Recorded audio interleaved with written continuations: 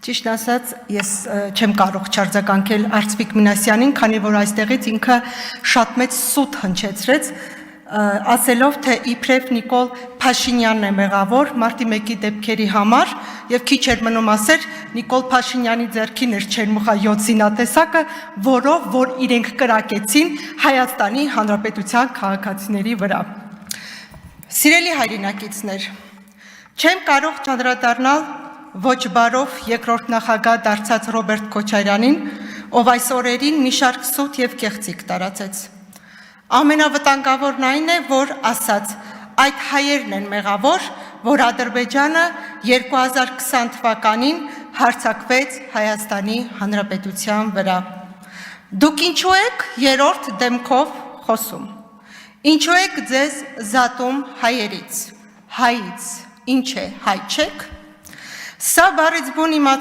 իմաստով թշնամական վերաբերմունք է պետության նկատմամբ։ Այս մարդը գովաբանում է, որ իր օրոք ամենաուժեղ եւ մարտունակ բանակն է եղել, քիչ էր մնում ասել, որ ինքն է հայոց բանակի հիմնադիրը։ Հպարտանում է, թե 60-70-80-ականների զենքերը լավն են։ Տեսեք, ինչ են անում Ուկրաինայում։ Այդ զենքերը ամենահուսալին են, չեն փչանում կամ հեշտ են նորոգվում։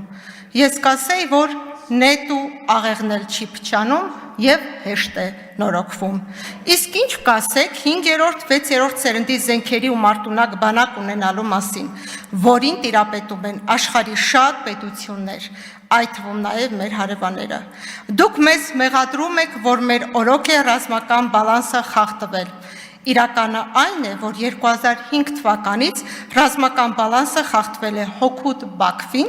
եւ արդեն այդ ժամանակ Ադրբեջանը ռազմական ծախսով 3 անգամ գերազանցում էր մեզ։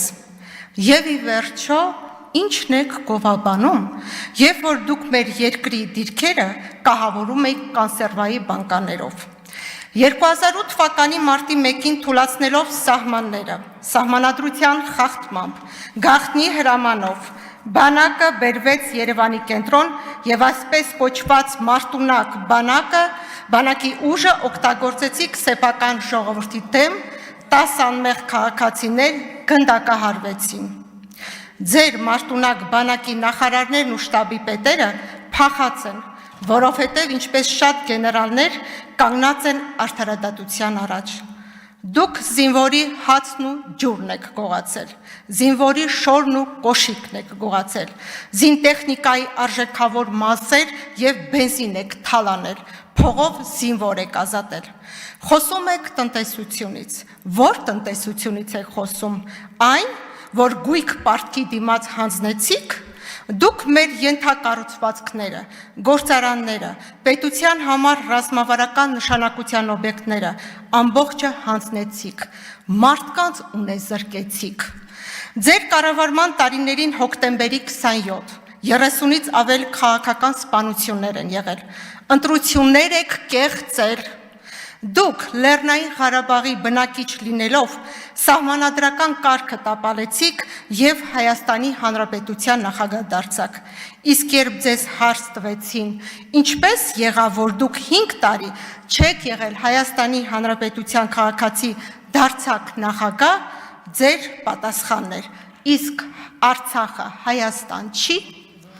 Դուք Լեռնային Ղարաբաղից եկաք ծակ կոշիկներով, ոչ մի հարստություն, ունեցվածք չունեիք եւ հանկարծ կայծակնային արագությամբ դարձաք միլիարդեր։ Ձեր համար ինչ պետություն, ինչ անկախություն, ինչ ժողովրդավարություն։ Այս համամարտկային արժեքները ձեզ համար ոչինչ են։ Ձեզ համար միայն թակ է ձեր ունեցվածքը, հարստությունը եւ այդ ամենը պահելու համար բաղձալի իշխանությունը, իսկ գեր նպատակը միութենական պետությունը, իսկ այդ ամենին հասնելու համար ամեն ինչի ունակ եք, թեկուս եւ մարդկանց այրան գնով, եւ այդ ամենը տեսել ու զգացել է մեր հասարակությունը իր մաշկի վրա, դրա համար էլ ձեզ երբեք չեն ների, չի հաշտվի եւ թույլ չի տա ձեր վերադարձը, ինչ դիմակել որ հագնեք,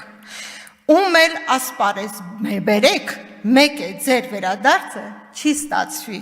քանի որ մեր իմաստուն բանիմաց քաղաքացիները ձեր մերժելու են ընդմիշտ։